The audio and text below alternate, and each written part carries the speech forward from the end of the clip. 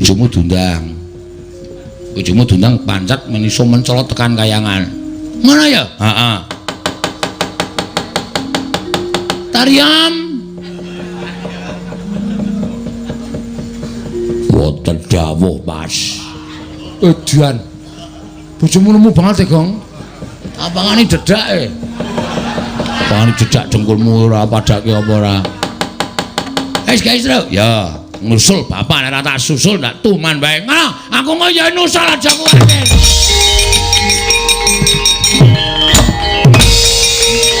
Lure. Garing mamak ceplek 12. Gini to. Saya ora masalah, ora. Aku kok terus mancat sapa ya. Lah tenan aku kari dhewe nang donya. Iki nggo ngopo? Kualat kuwi ratu rawane aku. Bojomu dundang pancat meniso mencolot tekan kayangan. Ngono ya? Heeh. Tariam wonten dawuh Mas. Edan bojomu nemu banget ya Gong. Apangane dedake? Apangane jedak dengkulmu ora padake apa ora? Guys, ya ngusul bapak nek tak susul ndak tuman bae. Ngono, aku kok ya nusul aja kuwate.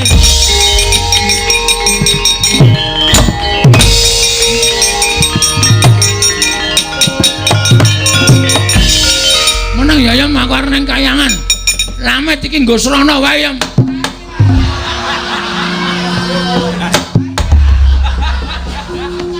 Ora iso munggah ta ya. Kersane ajeng mancat apa sirahmu niki senes sirah padha ero sirahmu gedene padha kuwi iso nek dina iwik sape arek umpul gede apa diserang wis kudu padha senengane kok kaya koten ora wis rasa cerewet wis kene rada dinglo. Nggih.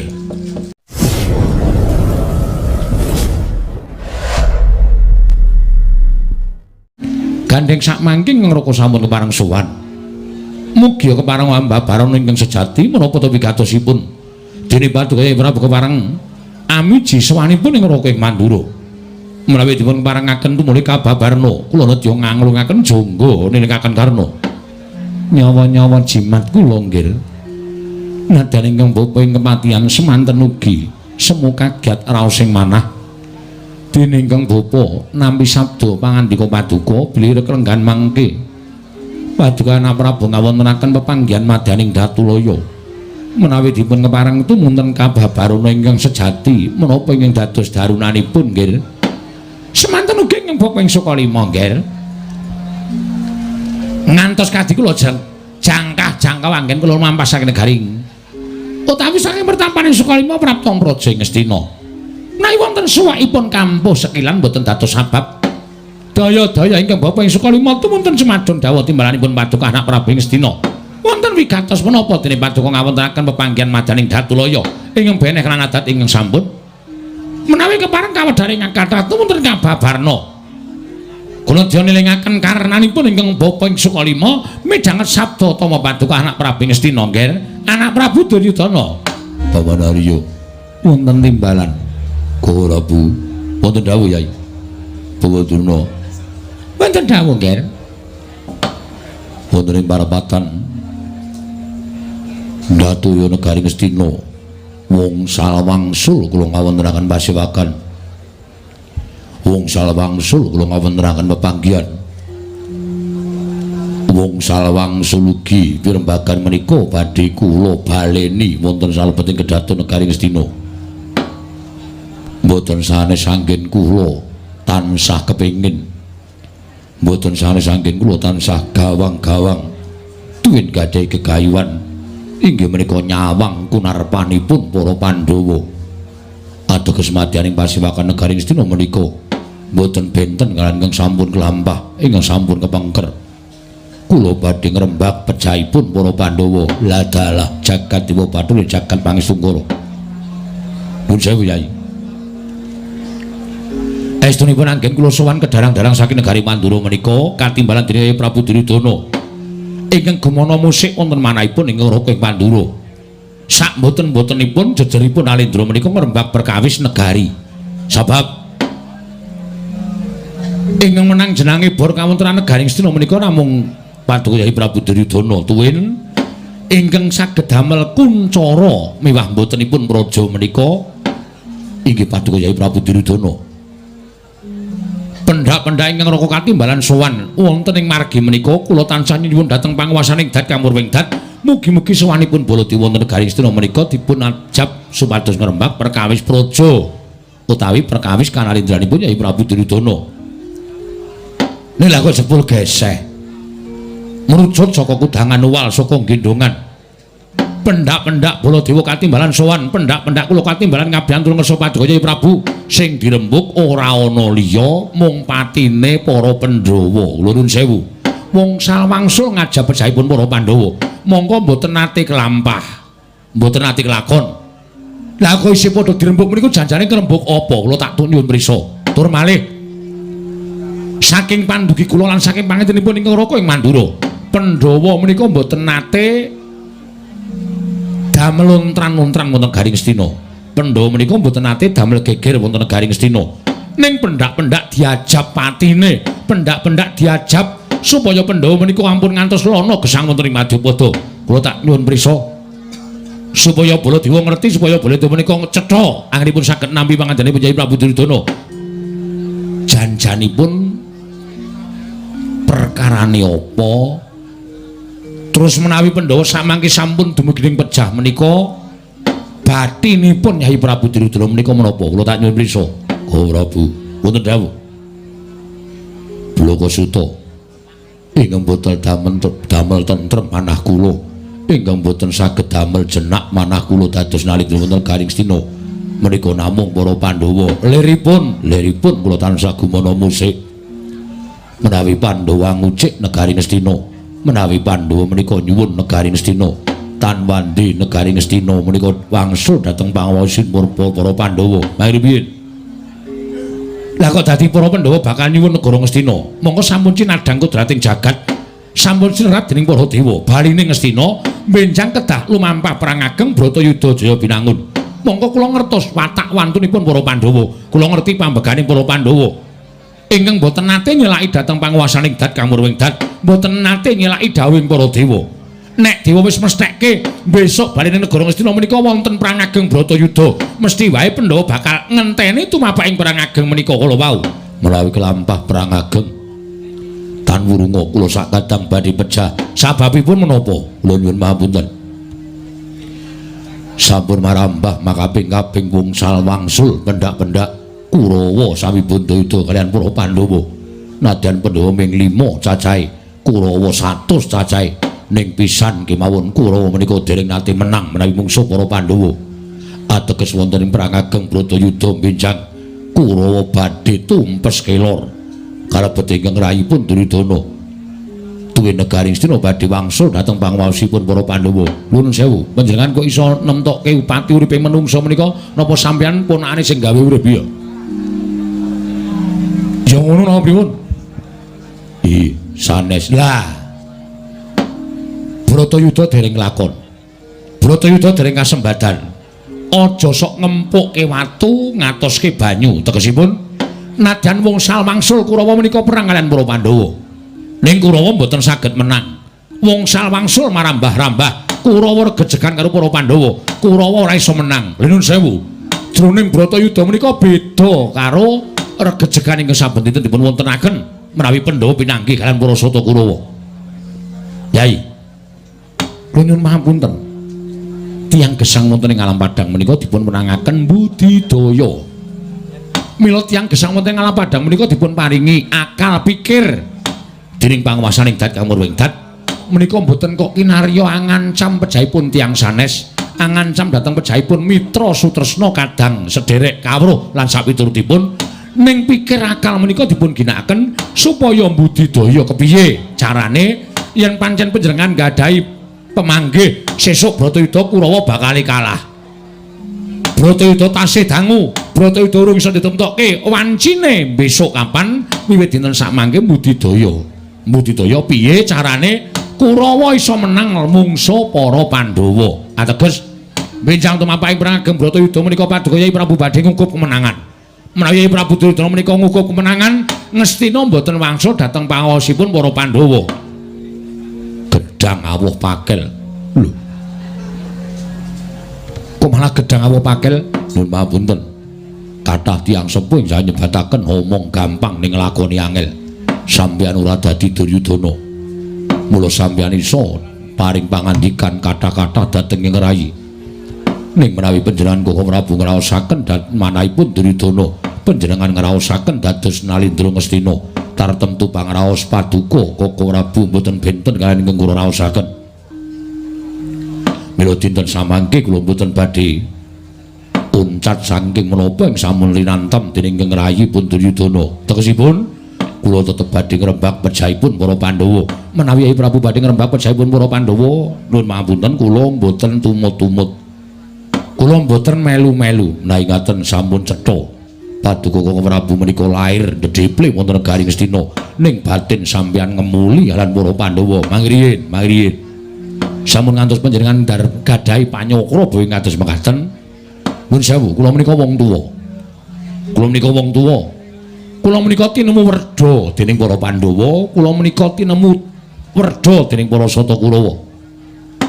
Jejering wong tuwa kaya Baladewa menika pengajabipun namung kula nyumurupana dhateng kadang-kadang kula taruna Kurawa lan Pandhawa menika sami rukun. Sami rukun, Yayi. Nadyan kula menika dados pengayomanipun para Kurawa. Ning sampun ngantos kula menika dipun banci Demban Siladan dipun sebat ratu sing banci Demban Siladan. Mboten.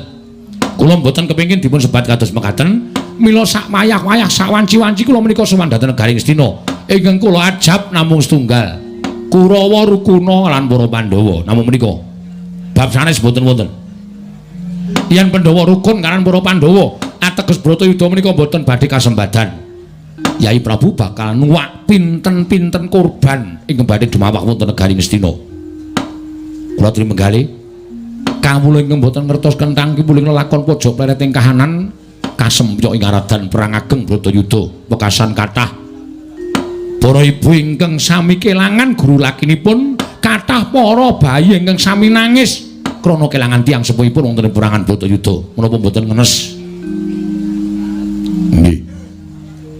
Lajeng menawi kula menika tinemu werda, kula menika ngajab rukuning para Pandhawa lan Kurawa menapa kula klentu. Menapa kula klentu? Upami kula menika dipun sebut klentu, klentune nggon endi, salahe nggon apa? Kula badhe nyuwun dawuh. Ih, mboten lepat lah. Nah, mboten lepat tegesipun menapa ing sampun laturaken menika leres. Inggih nanging kirang trep kalian manah kula. Kirang trepipun mapanipun wonten pundi? Panjenenganipun menika dados pengayomanipun para Sata Kurawa. Koko Prabu menika sampun saged dados pengayoman negari Ngastina. Ning pendak-pendak kula ngajab pirembagan pejahipun para Pandhawa.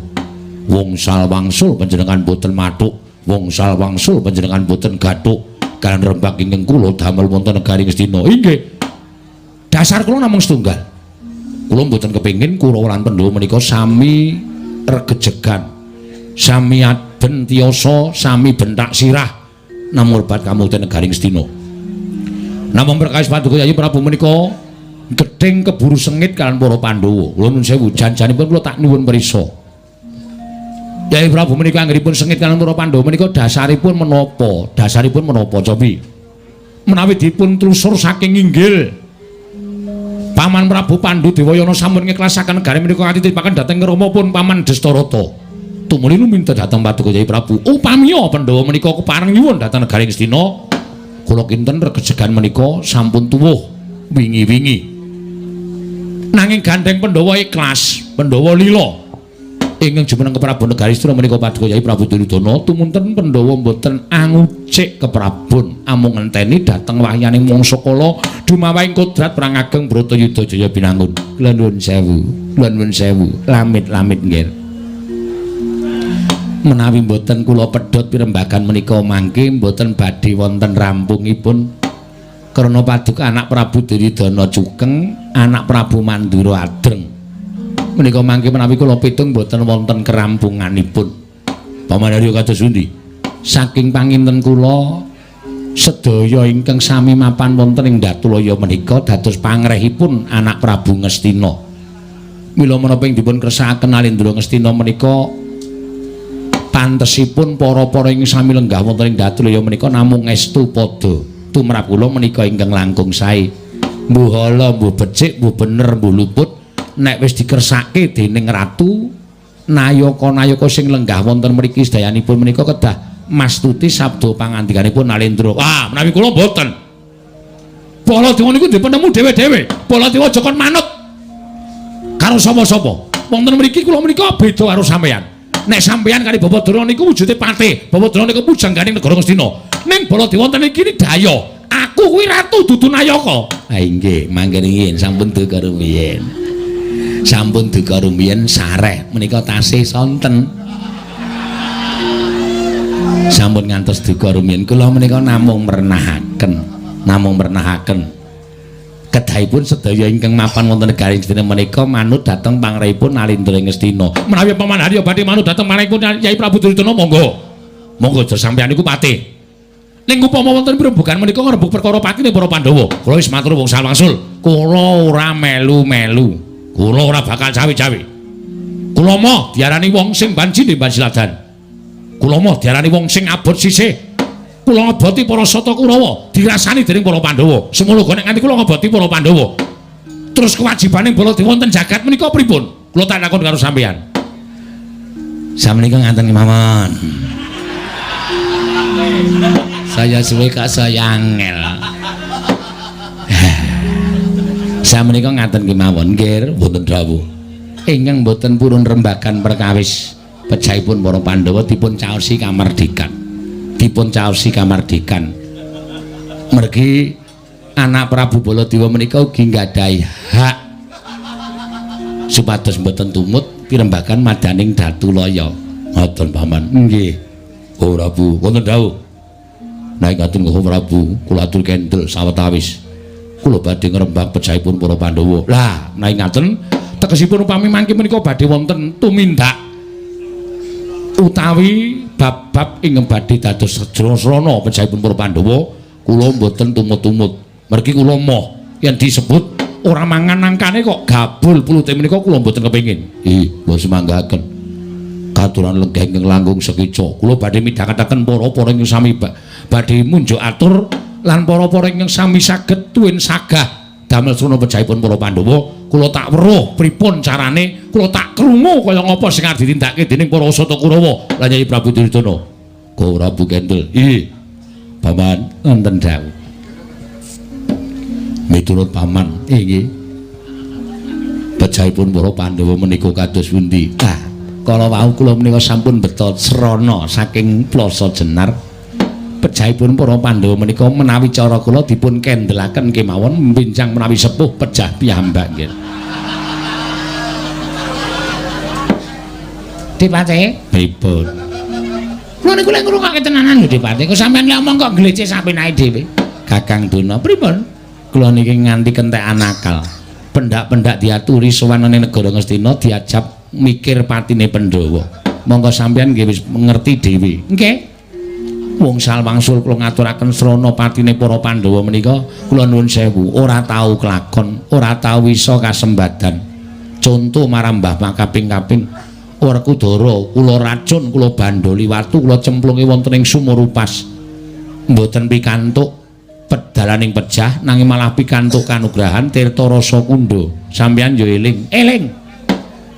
Bratasena kula loropaken wonten ing Wonomarta menika papan gawat liwat wingit kepati satu mara satu mati jalma mara mulih mung kariaran.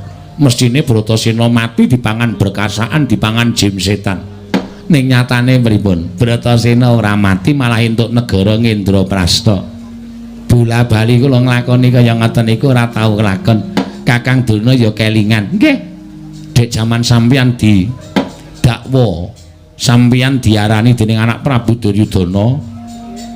Bilih sampeyan kudu iso gawe srana patining Bratasena nganti mangken munggah Gunung Candramuka alastik Brasara.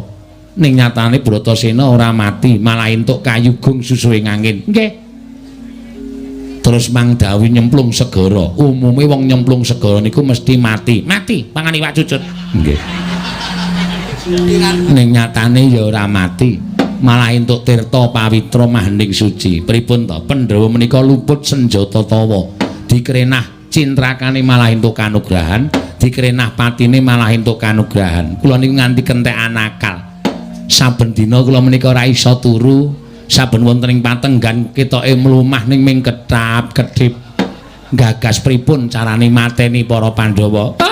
Nah cara kula kok gampang. Lho. Sampeyan ampun kepenak ngendika kaya ngoten. Mboten kepenak, ning niku nyata.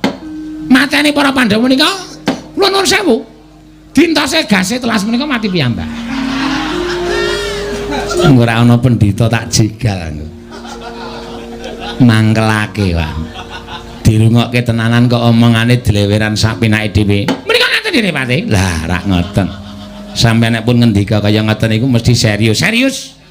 Ora kena disewawa. Nggih. Napa? Disewawa. Nggih. Pripun carane mateni para Pandhawa? Nger. Ana angger. Wonten dawuh Bapa Durna. Estripun perjaipun para Pandhawa menika janjanipun sareng kula taliti kula utak-atik. Wonten ing Pertapan Sukalima miturut buku 1001 malam. Ingin tansah kula bikak. Nggih. Patine Pandhawa kok buku 1001 malam. Saman mawon meneng mawon Dewate. Nggih, nggih. Sareng kula utak-atik jroning manah. Salebeting manah kula glejah, kula gelar, kula gulung. Kula pontra-pontra. Nyah apa? Burung tekan gone kok nyah. Sinten Asatama? Nek ra dipakani dedak ra ngonten iki bocah. Sareng kula utak-atik jebul pinanggipun Pandhawa menika ta apa to sababe kok ora iso tekaning pati? Sebabe napa? Amargi Pandhawa menika ditunggoni piyayi loro sing digdaya. Oh, ngoten nggih, nggih. Piyayi loro sing digdaya. Pinujuling apa-apa mbrojol ing akrep. Malah piyayi loro menika kula nuwun sewu mboten wujuding titah swantah, nanging wujuding dewa ingkang ejawantah. Dewa ingkang ejawantah.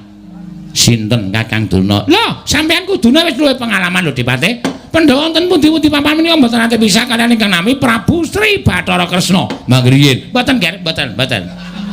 Mboten rembak sinuwun Brawati mboten namung menika kinarya pawadan sampun ngantos duka. Ning nganti nyenggol adhiku Kresna aja takon dosa. Ana pendhela tak ula-ula dawa. Sampun dawa kok, Nger. Mboten sadi ula-ula. Niki won mlakom. Sampun enjing. Sanika sampun nglawer to, Mas. Nek nganti bebeda adik kula aja takon dosa. Menika namung conto, sampun conto. Ing nenggane menika inggih Prabu Sri Bathara Kresna, Ratu ing Darawati. Menika sampun sami prisa bilih Ratu ing Darawati menika titising Sanghyang Bathara Wisnu. Wisnu nggih. Dene ingkang angka kalih inggih menika pun Semar Badranaya. Lho, Semar niku napa wong digdaya? Sampeyan aja nganggep Semar niku wong cepete, Dipati.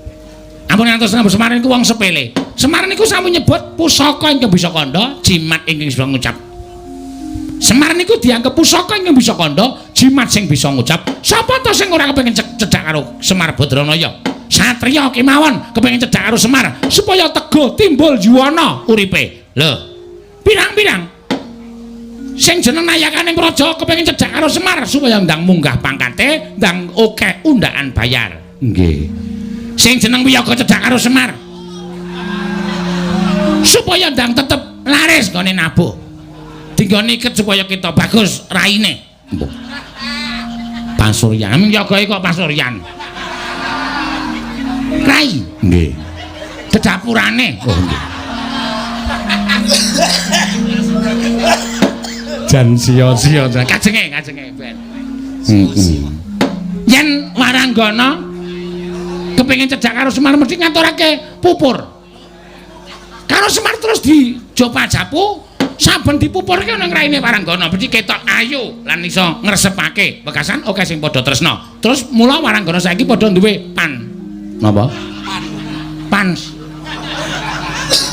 Fan utawa komunitas pecinta Waranggana. Nggih. Niku merga Semar. Oh, ngaten. Nggih, merga Semar. Nggih.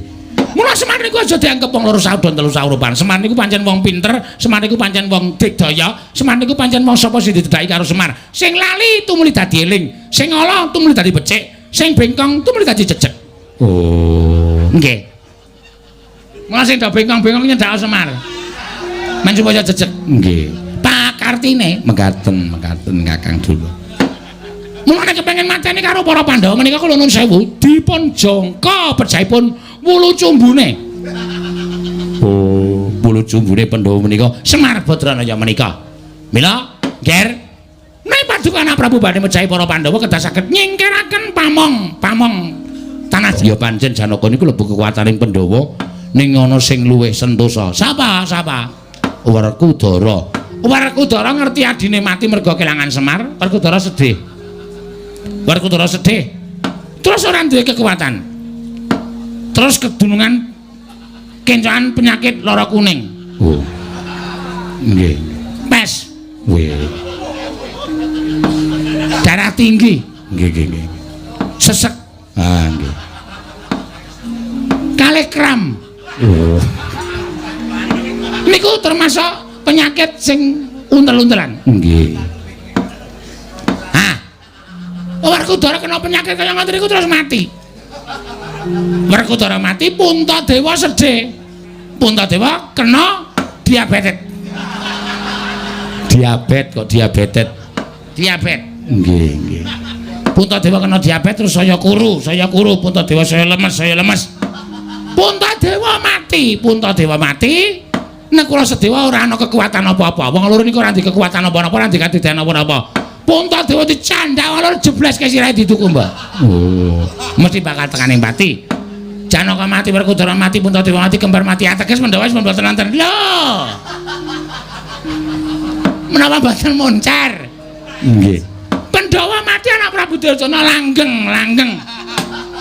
Anggenipun dados naentul wonten negaring Astina. Mboten wonten ing Nyarusiku, mboten wonten ing badhe bebeta dhateng anak Prabu Duryudana. Bawaduna. Wonten dawuh. Nadyan ngendikipun Bawaduna menika kados dene lare. Nanging tumrap kula sampun damel pepadang. Nah, samangke lajeng keparipun paduka? Dinten samangke kula cocok kula mathuk menawi jeng andika Bawaduna paring pangandikan menawi badhe mejahi para Pandhawa kedah mejahi Semar langkung riyin. Mengaten, Ger. Menawi ngaten dinten mangke kula tetepaken Semar kudu mati, Semar kudu sirna. Pripun carane Semar kudu ngatang-atang dadi bathang.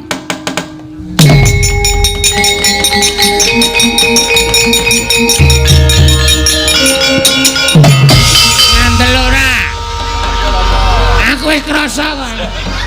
Anggere aku ngomong kakek men nggo kesempatane do micek ya ta. Apa rumasang aku ora iso nitik kaya ngono kuwi. Sapa? Kurawa. Barang wis jlang lagi tinguk. Wis jajali kaya ngono kuwi. Pripun Depate napa mboten sesek? Nggih. Mula kula cocok ajeng sak madya wae kaya ngelih ya sakarepmu ora ya sakarepmu. Ajeng kula jarne. Nggih. Mboten dados menapa nggih. Arang ya mulan sing jeneng rembugan iku digatekke merga dramatik wonten ing pekeliran menika gumantung wonten anggenipun sami mas paosaken. Nah, nek nganti luput ngoten niku dadi ora krasa. lah nggih. Luput kok kon krasa. Nek ora dielekke luput lho. Ah. Menika sak nekat. Nggih. Ah, ngono kok glelenge ra jama-jama. Rangsele ra tau ucul. Rangsele jenenge ngandhuke go ngalor ngidul. Nggih. Bawaduna. Wonten dawuh Mboten ngrembak rangsel. Ha nggih, Tetep kedah Semar tekani. Ah, Semar kudu dipateni kemawon. Ah, ngenten iki.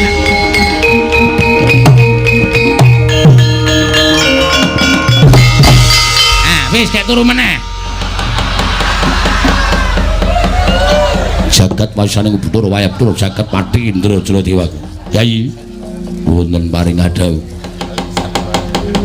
Nadyan kula menika kendel mboten tumut pirembagan nanging dangu sangseaning dangu.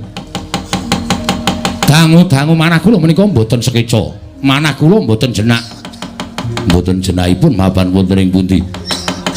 Krana sareng kula midhangetaken sabdanipun Begawan Durna anggenipun paring dawuh yen to kepengin mateni para Pandhawa kudu mateni Semar. Nuwun sewu. Saniki kula tak takon.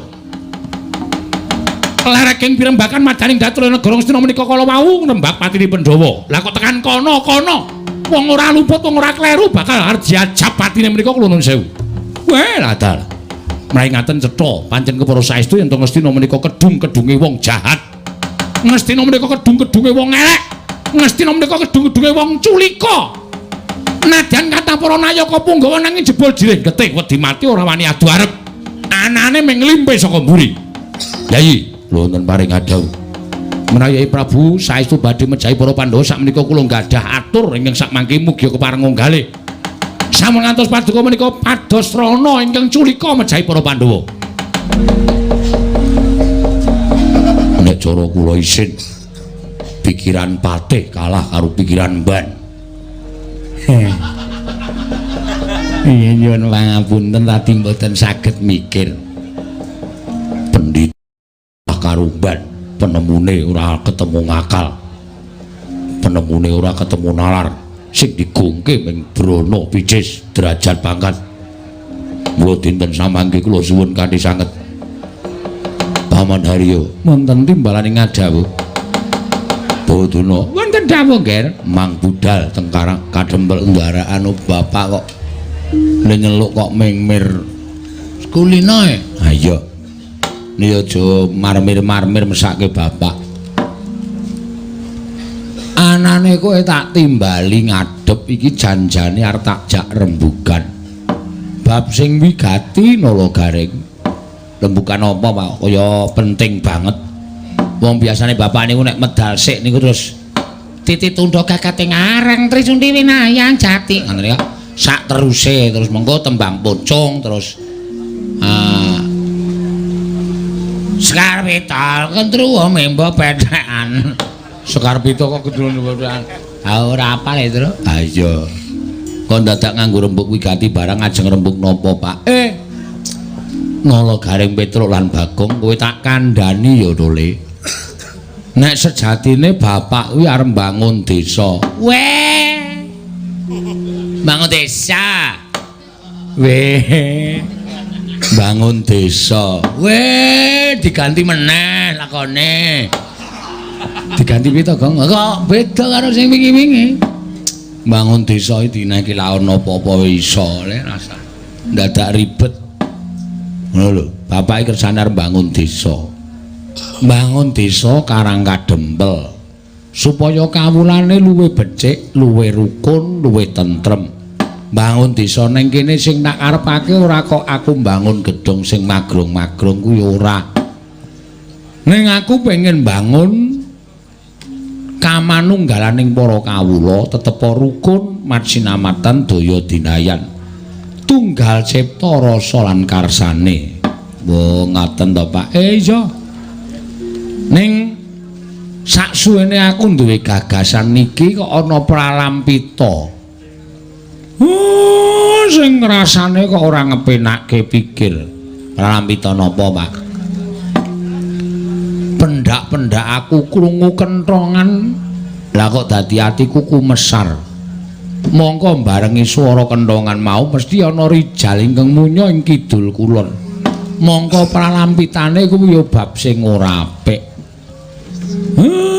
Ning kabeh mau tak gawe tentrem merga tumrap aku nek pancen penjangkaku iki diudanani dening dewa.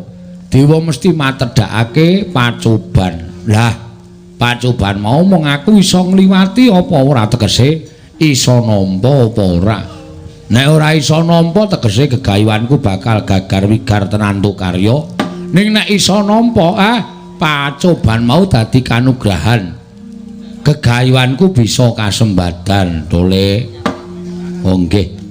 Menawi kersanipun Bapak ngaten namung sendika dederek kula kadhawan menapa kula mboten badhe selak. Semanten ugi kula kadhawuhan mlampahi ing tebih beto barang ing ngawrat kula mboten badhe selak, Pak.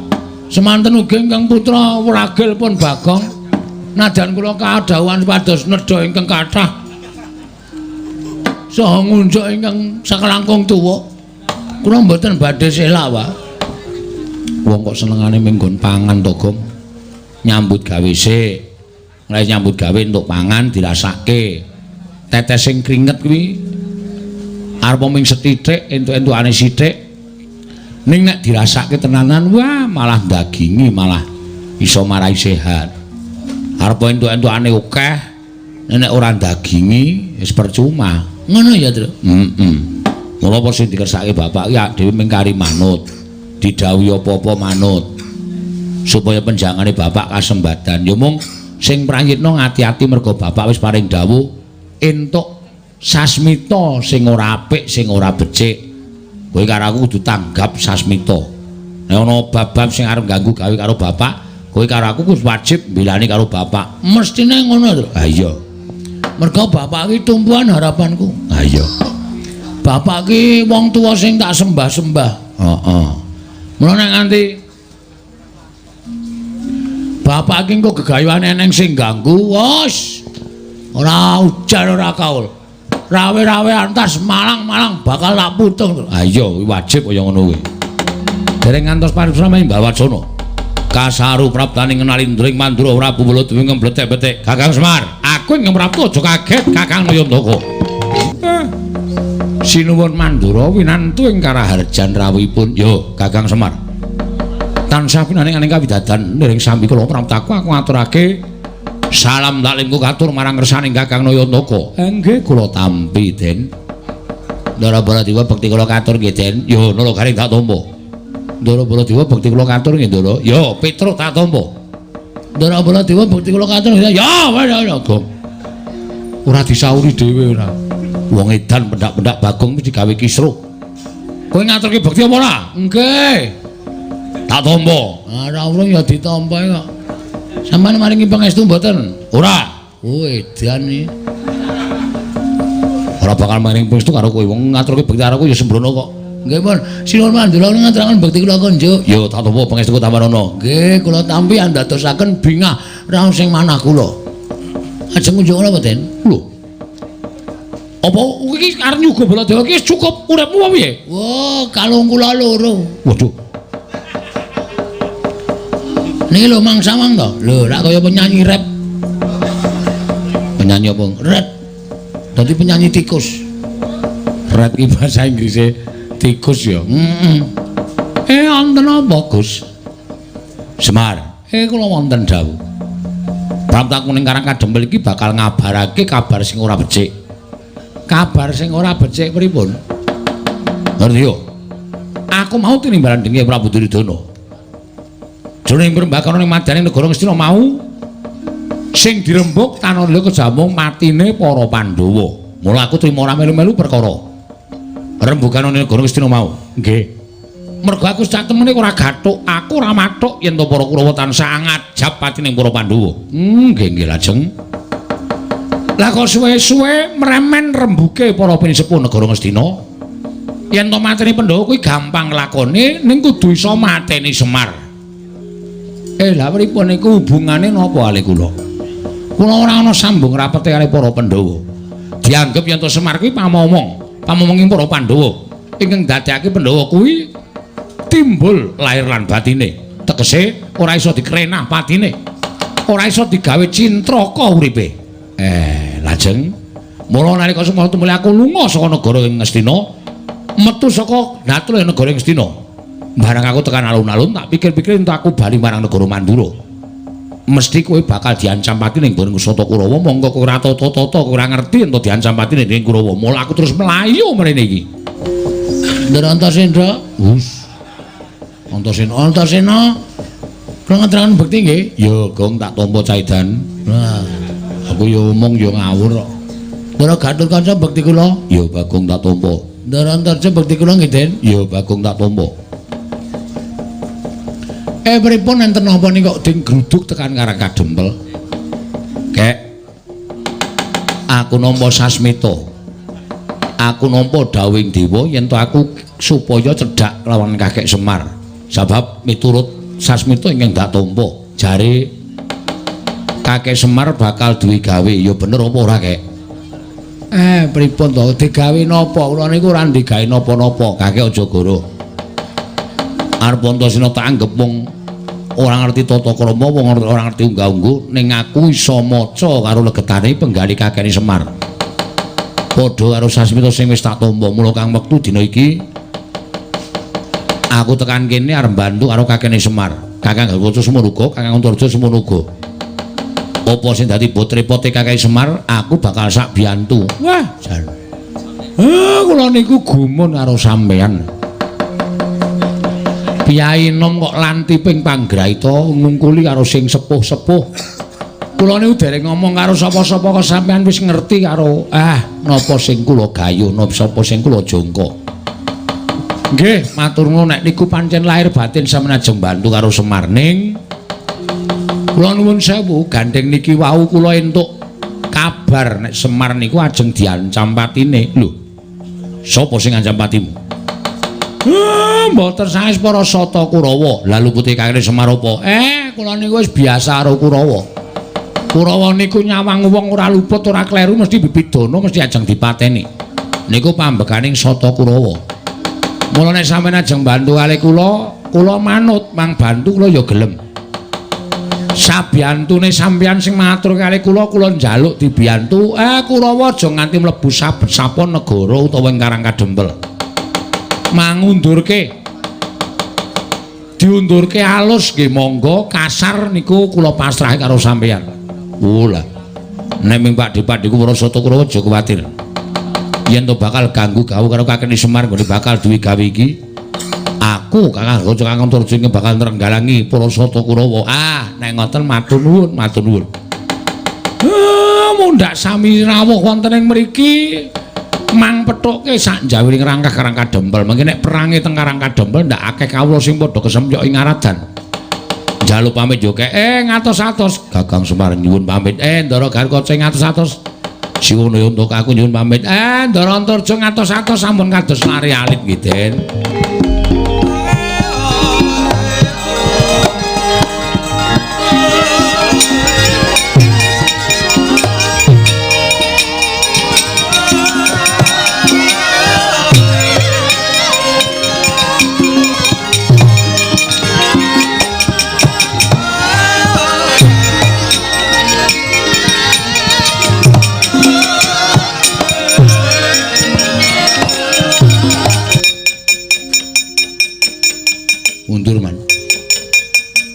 Wong telu sing gelut iki mau sing tak paidu ming kowe. Lho kok kula gelut kira ya sing nggunakake ketrampilan. Gelut kok ming anggere kowe di aduh. Kok kaya ming guyon to. Man sampeyan ampun ngece, mang ngrasake se Antarja. Samane nganti ora mlonyo awake. Antarja niku nek ngoten niku nyembur nggih. Teng awak tiba niku upase kemranyas larane ora jamak.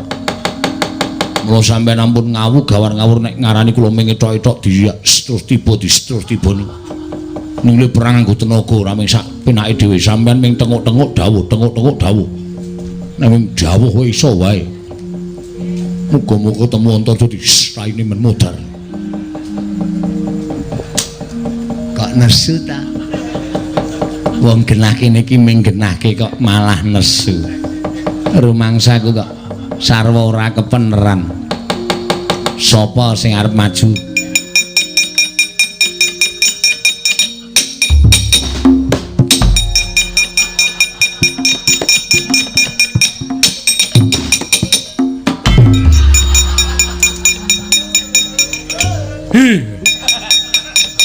Kecampluk man. Kecampluk dengunmu. Mulane wonten wong ajeng maju pulang niku ora celila-celili. Ora ngebabaki dalan iki yang jegi capeng kok malah cetenguk-teng liku.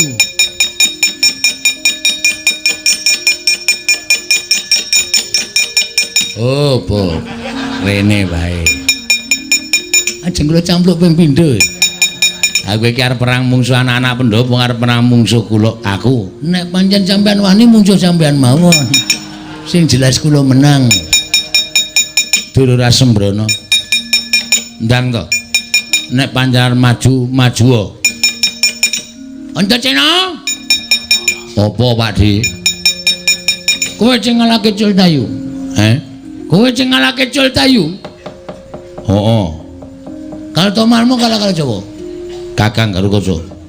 Aja Tomo kalah karo Jawa. Kakang Unturjo. Berarti kowe wong telu. Iya. Aku Kakang Koco, Kakang Unturjo. Wedan. Ya wis penake.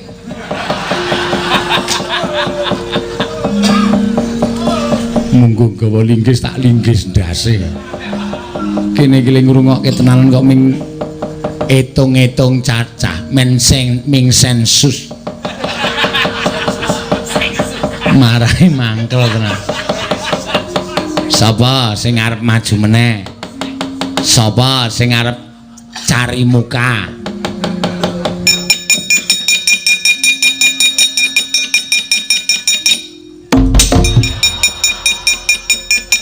Wela.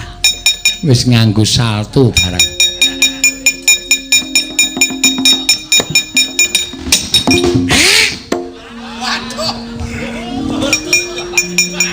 Ngopo, Cit? Lele capeng ngrimpet sarung suwek, Man. Tak salin sik. Iya.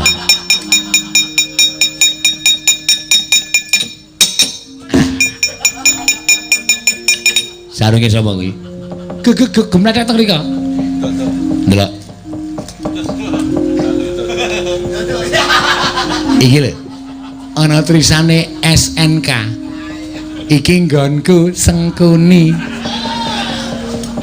Tak kampleng kowe. Nyi. Nyi le, Man. Maju tenan. Mama maju tenan. Mung suwe sapa? Antarja, Gatotkaca, Antasena. Wah. Edan. Ampuh kabeh. Wani ora? Wani. Kira-kira antaraning telu kuwi sing tok pilih sapa? Sesak sae, Man. Ketemu Antasena kula pateni, ketemu Garkaca kula pateni, ketemu Antarja kula pateni. Nek ketemu telu-telune Kula sing mati. Pas ta? Wis gek menyang. Nun, Gek menyang. Sumbar sik. Tumbar. Tumbar nggo ngeceri mripat niki. Oh, ora emosi, Man.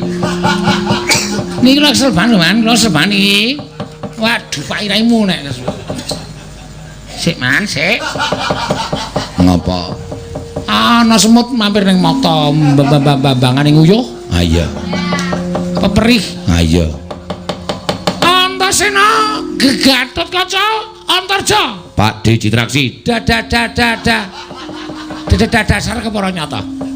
Kok kowe menang karo Susortayu, menang karo Kartomarma, menang karo Asatama. Lumrah.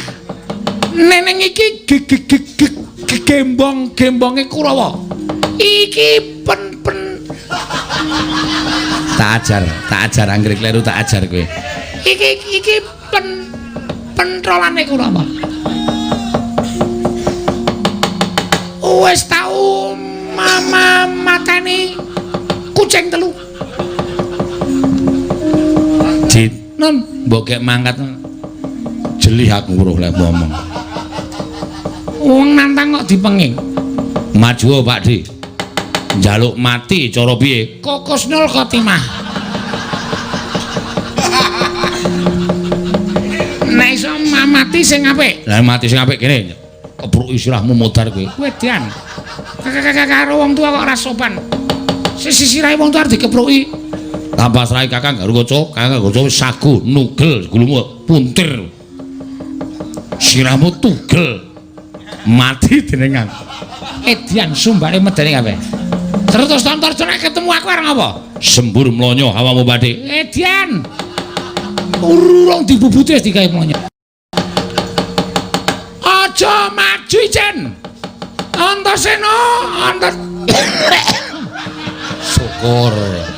Syukur. Wong kon maju ket mau kok dadak cerewet bae. Watuk kowe syukur. Antarja Gatot Kaca Antasena. Aja maju mboko siji.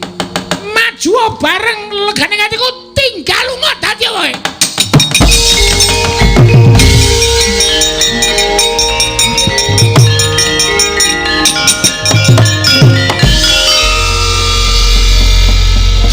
Asu.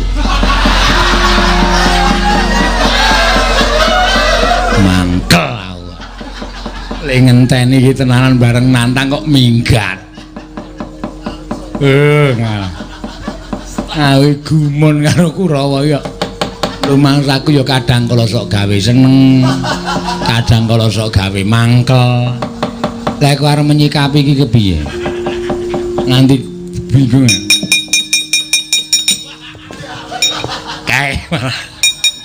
Indak indik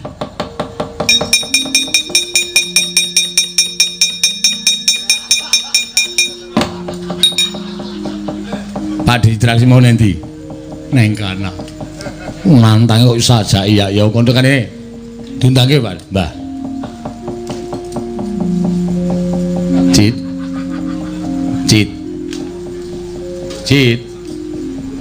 nanti we Satria kok ndekem neng kandang pitik ki ngapa?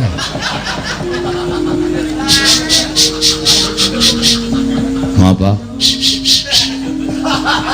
Maksudnya? Oh kon meneng. Nek kon meneng ki le ngono pisan bae. Kakak kami sosolen. Lar maju ora golek-goleki mungsuhmu. Omong nek kula omong nek kula masuk angin. Oh ngawake kowe kemringet kok masuk angin. Gejala usus buntu. Ora ana apa-apa kok gejala usus buntu ki apa to kowe? Ajeng orasi. Apa? Ajeng orasi. Orasi sing dibelek niku. Operasi. Orasi dengkulmu mlocot. Iki rasane wis kelangan lho, jadi rasane wis kaya ora perang lho. Saking ngesu ben. Kon kajenge atas kabeh aja. Es ben luweh. Ora maju tenan. Ayo Kurawa sapa sing ketok? Duduki karo Antasena. Dine karo Parasata Kurawa. Ora aku sik aku tak takon karo kowe. Kok kowe iki mesti nampa lakon ngene piye to Semar? Lakon iku adile mung kudu dilakoni. Mongko sing gariske lakon ning jagat ki para dewa. Apa kowe ora kepengin gugat ning kayangan? Apa ora kepengin sowan ning kayangan kowe takon karo Bathara Guru? Apa to sababe lha kok dadi kowe arep dipateni Kurawa ki janjane perkarane apa? Mongko kowe ora ngerti lakon iki, ora ngerti kahanan iki. Kowe ora kudu mati merga Pandhawa dijangka patine dening Parasata Kurawa. Mula tak jaluk kanthi banget Semar kowe gugato ning kayangan takono para dewa kowe iki wong ora salah kok diluputi karepe piye?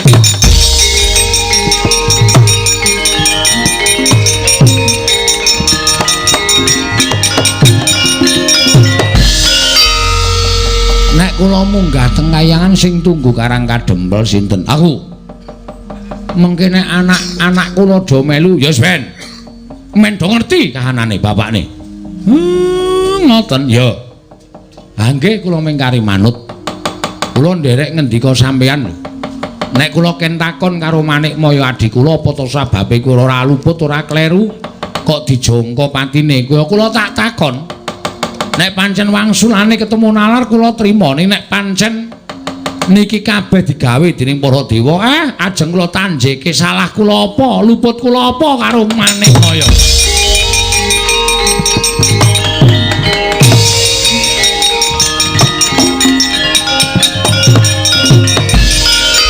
Bapak teng pundi, Den? Semar teng pundi, Doro? Semar nang ndi? Basa. Anu Semar teng pundi? Bapakmu Semar munggah. Lho, padahal bijine elek lho ya, Tru ya. Ora munggah kelas ki ora. Ha piye? Munggah ning kayangan. Munggah ning kayangan kersane Ndara Baladewa. Oh. Ha, sebabe pancen bapakmu takon munggah ning kayangan takon gugat lan Baladewa. Bener apa ora? Lho, masalahe napa kok kon bener apa ora iki? Bapakmu ora ngerti apa-apa, kok dijongko patine karo Sata Kurawa. Mongko nek nganti iki mau ora ana anak-anak Pandhawa, Antasena, Gatotkaca, Antarja, mesti wae ora ana sing iso nenggalangi kridane para Sata Kurawa. Nek kowe wong telu wae kekuatanmu sepira mungsa Kurawa? Bapakmu mesti mati. Ya toh? Nek bapakmu mati terus lupute apa? Klerune apa? Sing kepengin patine bapakmu ki janjane sapa? Kurawa apa liyane? Mula bapakmu takon gugat ning kayangan. Nek pancen Bathara Guru iki ngudratake bapakmu pancen kudu dijangka patine, bapakmu takon ora trima takon ngamuk ning kayangan. Wei, le.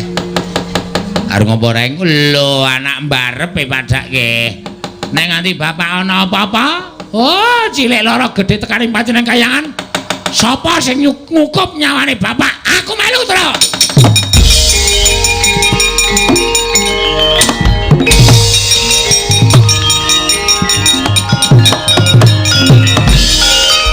Maju kok. Arep nggo pancatan dasku ta.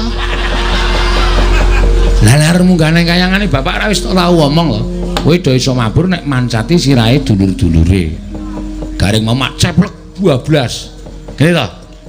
Sik ora masalah, ora. Aku ngerti terus mancat sapa, ayo. Lah tenan aku kari dhewe ning donya. Iki nggo ngopo?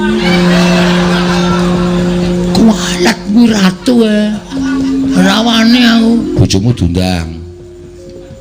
dundang pancat meniso mencolot tekan kayangan. Ngono ya? Heeh. Tariam. Wonten dawuh, Mas. Edian. Bojomu nemu banget ya, Gong. Apangane dedake? Apangane jedak dengkulmu ora padake apa ora? Guys, Tru. Ya. Ngusul bapak nek tak susul ndak tuman bae. Ngono, aku ngoyo nusul aja kuwate.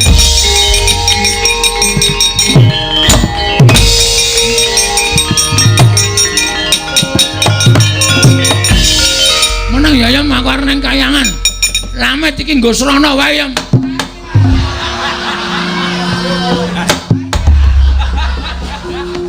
Ora iso munggah ta Yam? Kersane ajeng pancat apa? Sirahmu. Niki sene sirah. Padha karo sirahmu. Gedene padha. Kowe iso nek dinahi wik. Sapeane umpul gedhe apa diserang. Wis kudu padha.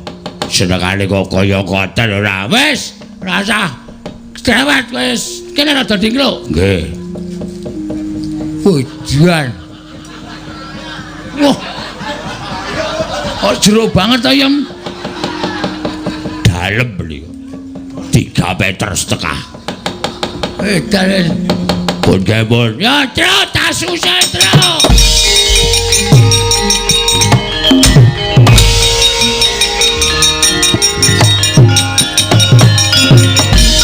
Lo, lari ngomong kowe. Kurang ajar Ratu tinggo dolan sak penake dhewe. Wah, muga-muga kelakon penjangkamu. Kek, aku wis rampung nyingkirke Kurawa, kek.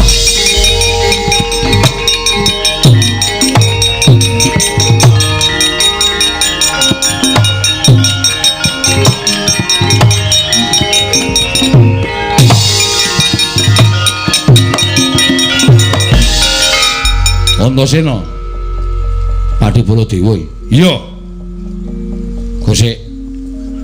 Sampeyan nang kene ngopo? Lho, aku rene sowan Kakang Semar. Lah saiki Kakang Semar endi?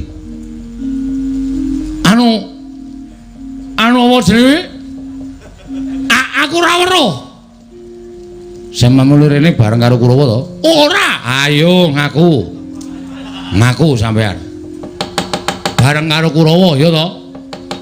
ngerti aku tumandang nrenggalangi Kurawa mak gedhe Baladewa nyelingker liwat dalan liya terus ketemu karo Kakang Semar saiki Kakang Semar tok ringkes tok bondo tok krincung sikile tok bondo tangane ngaku ora Antasena kowe aja edan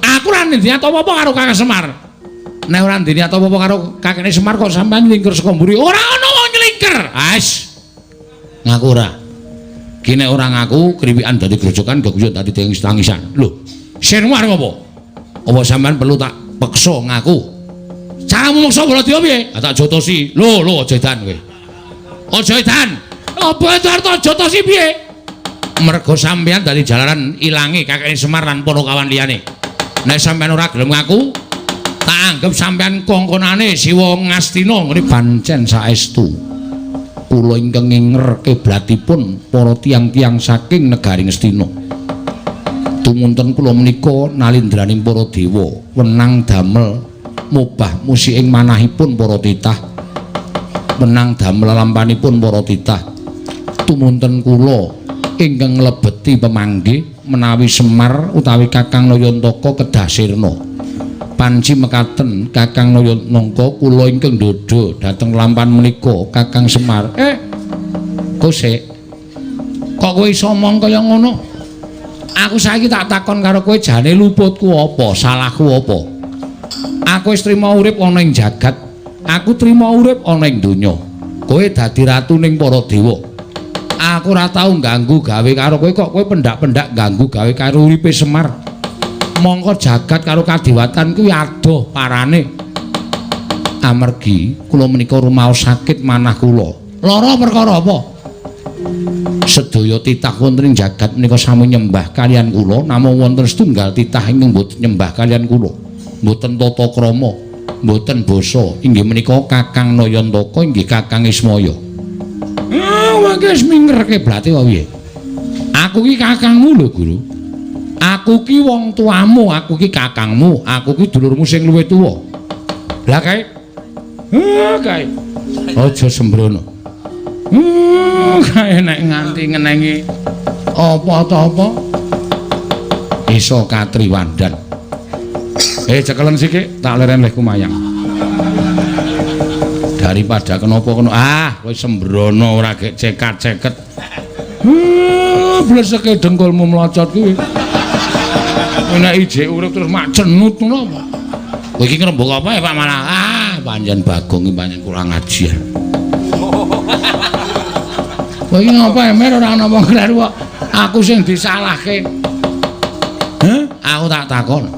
Aku wis ngalah karo kowe lho kowe isih tumindak kaya ngono. Aku iki wong tuamu kok kon basa karo kowe nek aku niat biyen kowe ora dadi dewa. Nah aku gelem matur sak nyatane lakon sing kelakon kowe ora bakal dadi nalindraning para dewa. Ning mergo aku karo Kakang Tejo Mantri nalika semana trima ngalah, kowe dadi dewa, kowe urip ning kayangan, aku urip ning jagat. Donyane wis beda. Ning kok kowe isih duwe rasa sengit karo aku. Karepmu piye? Kakang Nayantaka piye? Pancen saestu mekaten. Badhe kula silak ana tanpa guna. Samenika ngaten kemawon. Menawi Kakang Semar mboten saged pejah mapan wonten ing Madyapada, tumuli samangke langkung prayogi menawi Kakang Semar pejah wonten ing kayangan. Lho, kok ucapmu kaya ngono? Kula ingkang badhe nyampurnaken gesangipun Kakang Nayantaka. Weh, dalah. Gong sabar, Gong. Sabar, Gong, sabar iki ning kayangan ora nekat ora. Wah, keloro-loro atiku krungu suarane guru tanpa murid. Sapa guru tanpa murid? Bathara Guru kok guru tanpa murid. Dadi pancen wis mbok niati to? Estu sampun kula niati. Kula badhe saya kuncara, kula badhe saya ketingal dipun ajeni menawi tiyang ingkang mboten nyembah, mboten basa kaliyan kula sirna saking lumahing bumi kreping langit. Wah, pancene iblis tenan.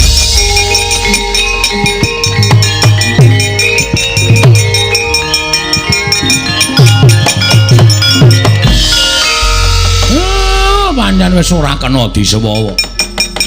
Pancen kowe iki pancen nek lagi kepanjingan jiwaning iblis ora mantra-mantra sipating dewa. Ning kaya pancen kowe ora pantes dadi dewa. Nek kowe pancen niat arep mateni karo Semar nyampurnake Semar, ayo. Rupak wani jembar wani kula ingkang badhe wantun dhateng Kyai Semar. Ah, pancen setan kowe. Otos.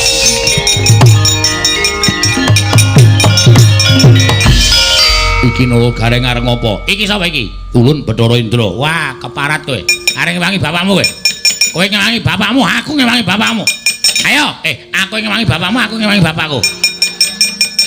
Kesosor-sosor terus ayo alon-alon. Ayo, rupak wani jembar mani. Wela wani karo dewa sing tak wedeni apamu.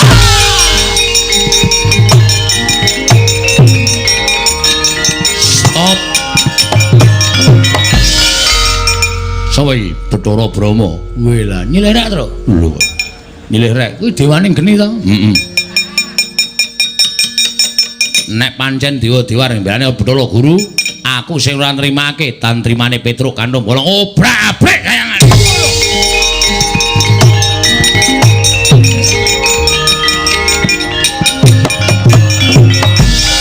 Iki Bagong. Heeh, ambek dewa damai wae. Damai piye rasa gelut. Wah, wis dadi gelut rame kok damai. Aku dewaning pepati, ngono aku tak jabut nyawaku. Ora malah rekoso aku. Nah aku mati piye yo? Bojoku anakku piye? Iya, iya. Gunane apa gelut ta? Mbak Rukun. Ning pukulun Bathara Guru wis gelut karo bapakmu Semar, apa awake dhewe ora gelut? Ning janji piye? Ora entuk jabut nyawa lho. Oga aku kalah nek kowe jabut nyawa. Aku ora iso njabut apa-apa. Ngene wae. Entuk njabut ning liyane nyawa. Yo. Ayo wani ae. Aku ngerti kowe ngarep njabut jenggotku ta kowe. Heeh, kemlawer ya wis liyane jenggot yo. Wak sak gegem yo. Ora kaya tomat. Tomat dengkulmu melocot kuwi. Piye sida gelut ora? Oh, kowe ora bali saka kayangan. Aku tak pateni wae. Weh, lah pati kok diame-ame. Ya omah dipati. Mungsuh Bagong entuk mungsuh tenan. Wae gaglak lima, gaglak segamu. Ana ora? Ora ana sanane. Aku apa-apa doyan. Toh. Kowe ngapusi karo aku. Mboten sinuwun. Werkudara ngapa Semarto Ajar? Wah, arep bangun desa dadak nganggo tumbal gedhe Werkudara. Tegese Semar wis tegel karo aku. Tinembane aku ditegeli karo Semar, Semar tak tegeli. Ayo bener kowe. Pengawan Solo. Wah. Mula wektu dina iki aku ora trima. Aku ya ora trima. Nganti kanane kaya ngene aku ora trima. Kowe kudu tanggung jawab Semar. Aku diwirang-wirang karo Antasena. Wah, ayo Kake. Dadeno tumbal Werkudara ning jagalan kaya sapi. Iki piye lakone?